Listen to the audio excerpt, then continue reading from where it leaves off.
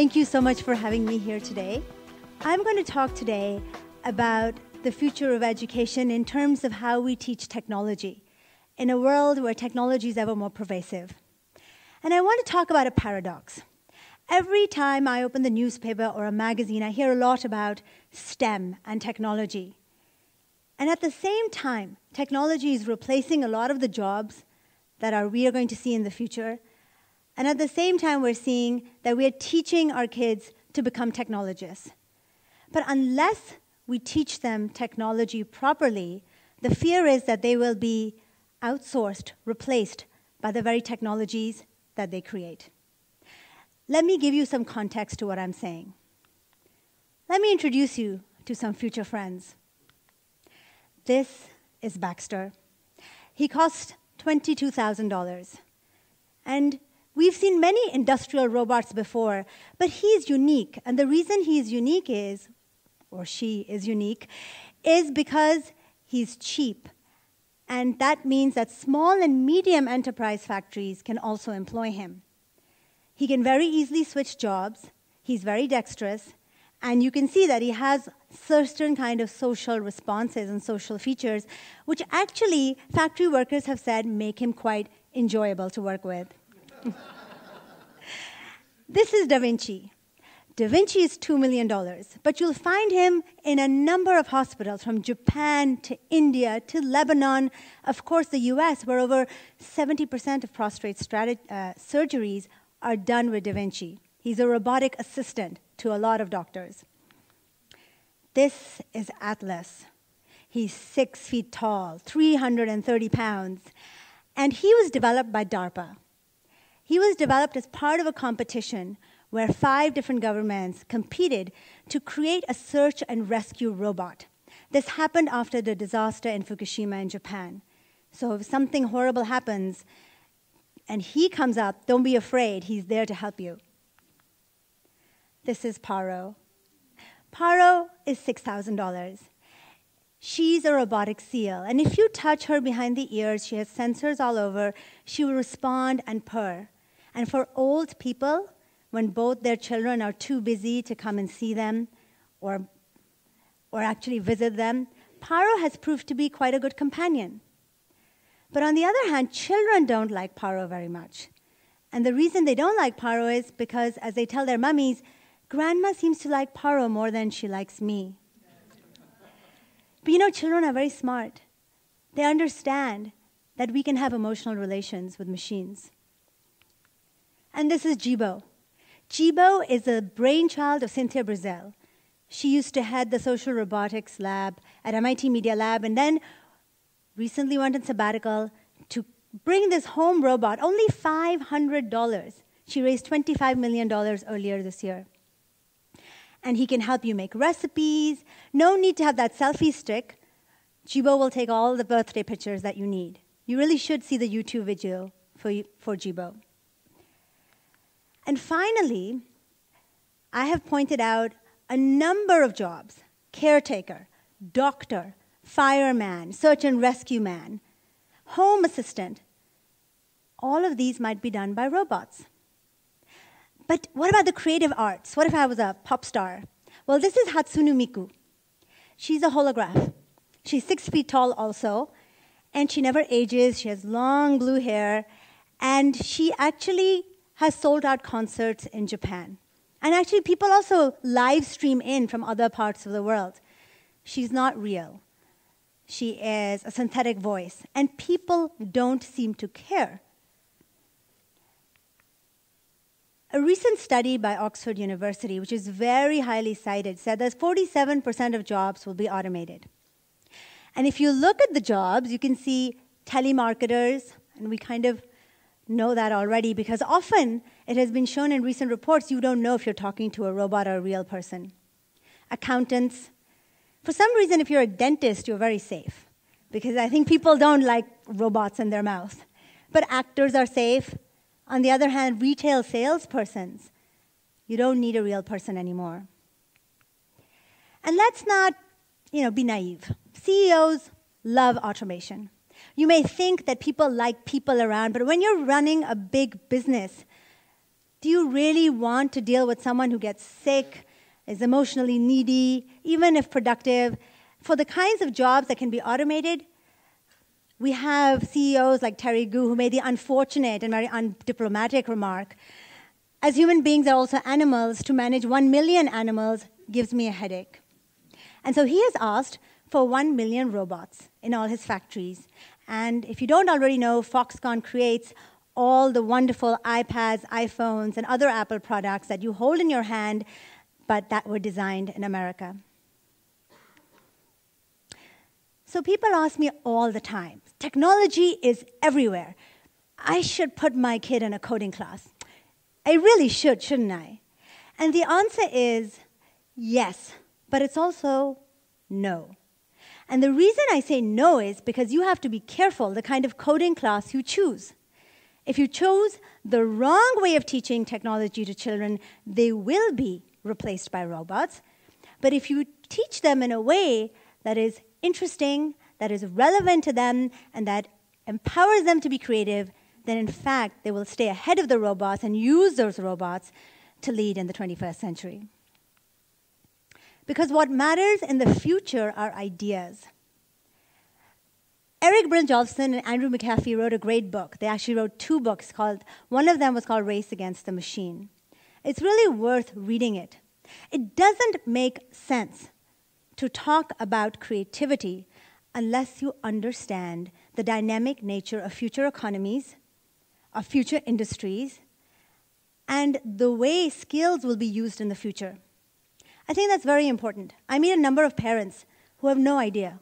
In Singapore, they care a lot about grades. In other countries, they have other priorities. But one thing is common. A lot of them are ignorant about the way automation and technology is going to drive disruption in every single sector that we engage with on an everyday basis. So I say technology, the way to think about it is that it's just another language. And it's a language to express your creativity.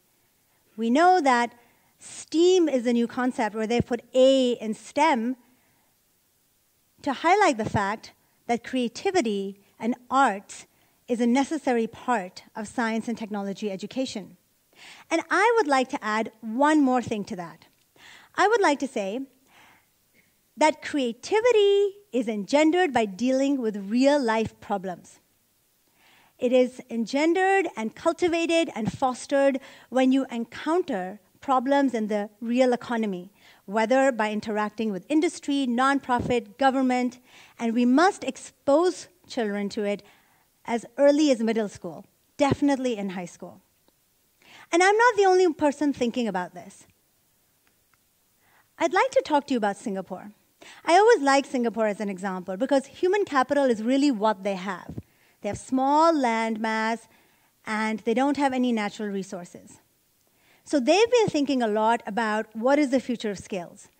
And last year, they invited me to be part of a committee to overhaul the education sector for the tertiary level. And a lot of the emphasis was placed on integrating learning and industry and what is I would call applied learning. So you must have your internships. You must have learning in the workplace. We've seen this in Germany, Switzerland. We've seen it even in Australia. But they were really trying to do it for the industries that are going to be very important in the future, whether it's nanotech, biotech, green remanufacturing, even hospitality, those things that are difficult to be automated or outsourced to robots. I'd like to talk to you about a new kind of academy. An academy where a school doesn't exist by itself, where educators just don't talk to educators, but where educators talk to the industry. I call this death of the ivory tower. I go to so many conferences. I have to say I'm very impressed here because you've actually invited some people from the industry as well, and from the arts and from the university. But too often, teachers are just talking to teachers. And I just don't think that's a good idea. Not when innovation is happening much faster in the industry than it's happening in academia or even basic research in universities. So I wanted to, together with some partners, form a new kind of after-school enrichment program that would be a node in a network. And we would get advice from the industry. So we have partners such as Google, Uber, Airbnb, Bloomberg, across every single sector, we went and picked a company that was truly transforming the sector, and we made a partnership with them. And then we went to the leading universities, and we asked them and took some advisors from them. And all of this was in the service of truly understanding the direction of future industries and future economies in which our students would be able to lead and thrive. Make applied learning the core. I'm not an IB teacher, so I'm coming from the industry. And I know a lot of thought has gone into the IB curriculum. I'm here not to say it should be the only core, but I would say add it to the core. Add this idea of partnership with the industry and applied learning where they tinker and they experiment and make it part of the IB curriculum, at least at the high school level. And I think IB at an international level can actually find it much easier than smaller startups such as myself to form those relationships with leading companies. What are you doing? You're just bridging the gap between theory and reality. So the foundation is STEM, and on top of that, you bring entrepreneurship and creativity. You bring the corporate experience, but because they are safe and nurtured within the premises of the academy or whichever your school may be, it's an externship. So you're protecting them. They're failing, but they're failing in a nurturing environment. And then rethink results. In Asia, it's all about grades. And if you don't torture the students by giving them more homework and more exams, parents think you're not doing a good job. But one thing even parents notice is when you expose children to the industry, and the industry, you bring in panels of experts, and they judge, not other teachers, but they judge the presentation. And I would call it market validation and the oral tradition. In the academy, we force students, we encourage them to defend even the algorithms that they choose. Because if you can code it, you can write it, you can draw it, you can act it. I've asked the Singapore Repertory Theatre to help me use drama to explain coding. Again, doing different kinds of partnerships outside the school has made a lot of difference in our after-school program. And finally, a regional network that spreads across all of Asia. This is our plan. We're launching in July. I'm very pleased to say that I was actually able to get the investment to pull this program off. So it's an experiment. But it's an experiment that believes that to prepare students for the future or to help them create the future, we must partner with the industry. A final few slides. I love this slide. I show it to all my talks. This is a kid from Estonia. Estonia, as you know, started coding classes in their primary school. And I like him because he seems like he's so confident. He's such a punk. He's saying in Estonian that says, I know Java, what do you know? And our traditional perception of geeky back office IT graduates is gone now. They're very creative, they're very confident. And final slide, this is what I would say applied learning looks in action. This is one of our courses at the Academy. Here's what we do. We have 3D printing, and we teach them all concepts of advanced manufacturing and product design. Then we have entrepreneurship courses.